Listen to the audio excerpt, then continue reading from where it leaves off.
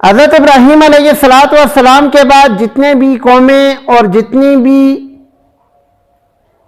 ملتیں آئی ہیں، ان میں سے جنہوں نے اپنے آپ کو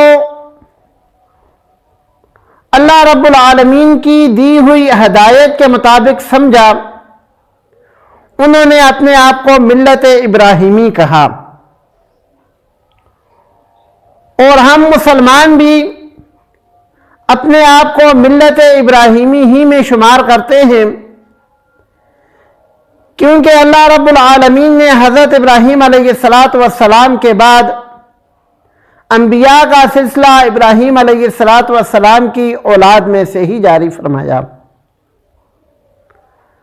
حضرت ابراہیم علیہ السلام جس گھر میں پیدا ہوئے، آپ کے والد کا نام آزر آتا ہے۔ بعض محققین کہتے ہیں کہ آزر ان کا لقب تھا، بعض کہتے ہیں کہ ان کے چچا کا نام تھا۔ بہرحال قرآن مجید نے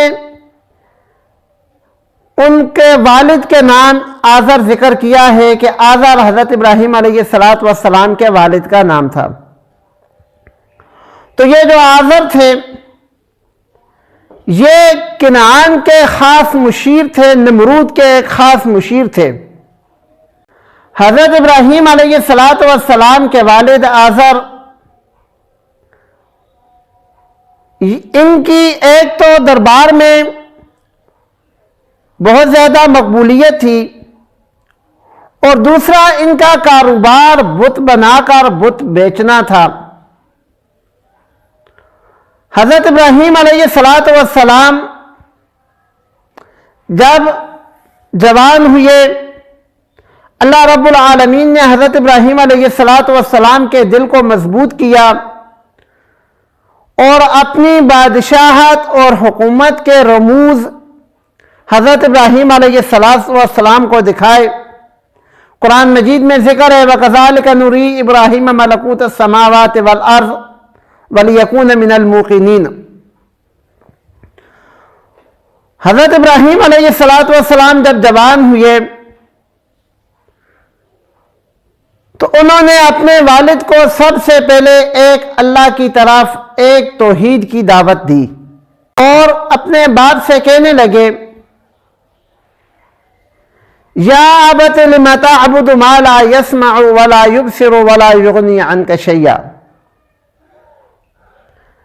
کہ اے ابا جان، تم ان بتوں کی عبادت کیوں کرتے ہو؟ ما لا يسمع ولا يبصر، جو نہ سنتے ہیں نہ دیکھتے ہیں، ولا يغني عنك شيئا،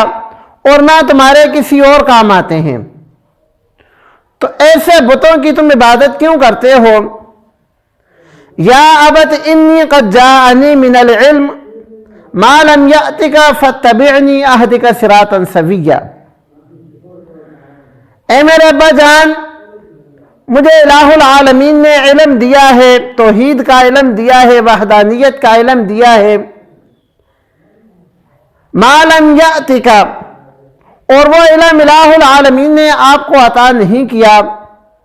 فاتبعنی اہدک صراطا سویا، تو میرے ابا جان آپ میری بات مان لو،